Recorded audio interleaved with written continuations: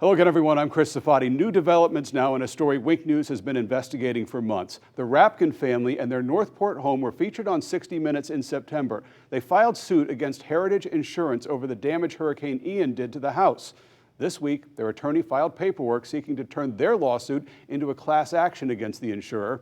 This comes as the Rapkins tell me they finally sold that home.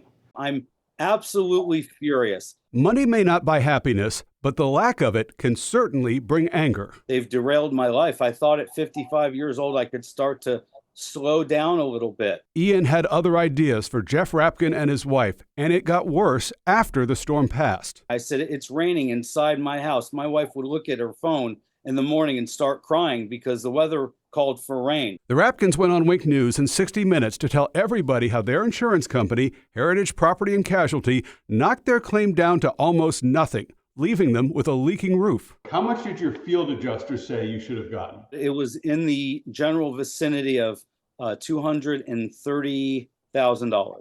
And then approximately how much did Heritage offer you initially? They didn't offer. They just sent an explanation letter and the estimate that was supposedly from my adjuster, who was their adjuster, by the way, Right. for $15,000. And meanwhile, our house is turning into this moldy, mushy pile of gunk that is unlivable. And we were all getting sick.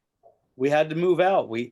After my daughter got out of the hospital, I said, we have to get out of here. The Rapkins just sold the house for land value to get out from under the mortgage. They cleared $19,000. Now, rebuilding their lives and trying to help other victims with the class action lawsuit. It's so that everybody gets relief, not just me.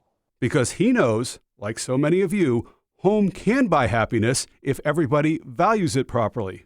All the Christmases there, we learned how to make jam there.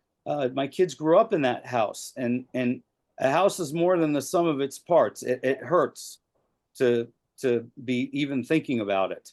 A judge would need to approve opening the case to a class action, and we heard from Heritage this afternoon. They called it a head scratcher because they say they offered the Rapkins $372,000 just a couple of months ago to fully pay the claim. But the Rapkins say 2 years after Ian, it was too late and there were too many conditions attached.